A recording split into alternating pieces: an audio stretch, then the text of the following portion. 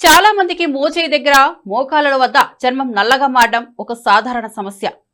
ఎన్ని బ్యూటీ క్రీములు వాడినా ఇవి పూర్తిగా పోవు. కానీ ఇంట్లోని సహజ పదార్థాలతో ఈ సమస్యకు పరిష్కారం కనుక్కోవచ్చు. ముఖ్యంగా నిమ్మరసం, పెరుగు, బేకింగ్ సోడా మిశ్రమం ఈ విషయంలో అద్భుతంగా పనిచేస్తుంది. ఈ మిశ్రమాన్ని తయారు చేయడం చాలా సులభం. ఒక చెంచా బేకింగ్ సోడాలో ఒక చెంచా పెరుగు, కొద్దిగా నిమ్మరసం కలపాలి. దీనిని మోచేయి మీద, మోకాలపై నెమ్మదిగా మసాజ్ చేయాలి. ఇది మృత కళాలను తొలగించి చర్మాన్ని మెరిపిస్తుంది. ఈ చిట్కాను వారానికి 3 సార్లు చేస్తే 2 వారాల్లోనే మార్పు కనిపిస్తుంది. నల్ల మచ్చల కారణంగా చాలా మందికి షార్ట్ డ్రెస్సులు వేసుకోవడానికి సంకోచిస్తారు.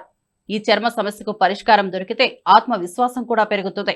ఈ చిట్కాతో పాటు రోజు మోచేయి, మోకాలకు మాయిశ్చరైజేషన్ వాడాలి. అప్పుడే చర్మం మృదువుగా ఉంటుంది.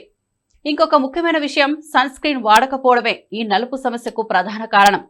బయటకు వెళ్లే ముందు SPF సన్ బ్లాక్ లోషన్ తప్పనిసరిగా వాడాలి.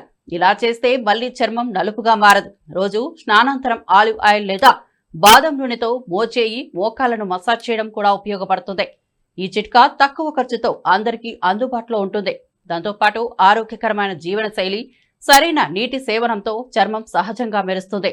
నల్ల మచ్చలు, డార్క్ ప్యాచ్లు ఇక మిమ్మల్ని భయపెట్టవు.